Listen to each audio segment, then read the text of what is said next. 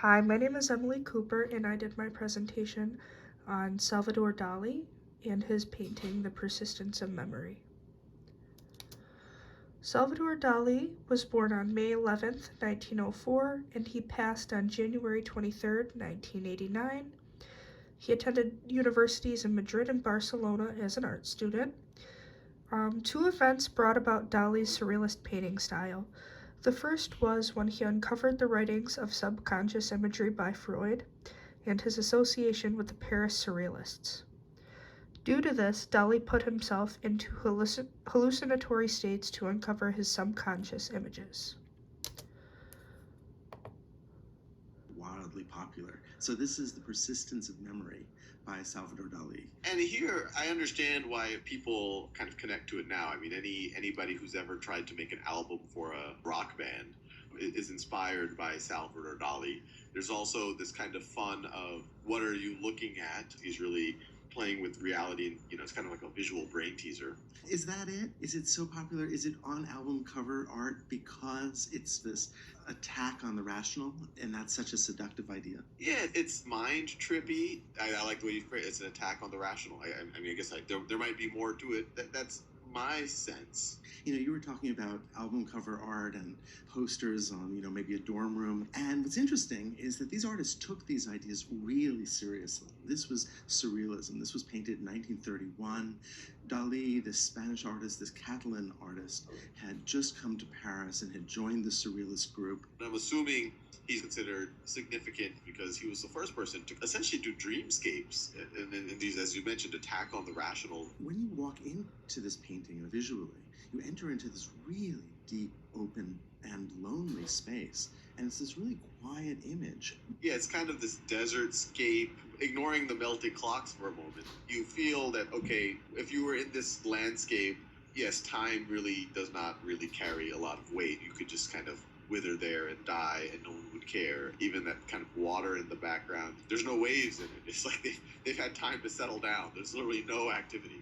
There's this unbearable sense of quiet. There is almost no movement, and I think it does feel very desert-like and very hot. Literally, time has melted, right? But we have this absurd environment. We do have this very naturalistic rendering, but the things that are being rendered are not naturalistic at all. You mentioned the dead tree on the left, but it's growing out of something that seems clearly man-made, wildly popular. So this is the Okay. Dali created many pieces of artwork while in a hallucinatory state. He frequently referred to his art as hand-painted dream photographs. To do so, he induced himself to access his subconscious mind, which he called the paranoid critical method. I personally believe that Salvador Dali fits the self-actualization section of Maslow's hierarchy of needs.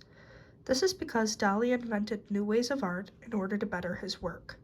He already knew that he had great potential, but he also knew that he could do so much more. Dali learned his beginning forms of art in a typical path by going to school and learning more about his passions. However, after his schooling was finished, he took a more atypical path to perfect his work. Dali used his previous knowledge about Freud and the Paris Surrealists and created the paranoid critical method.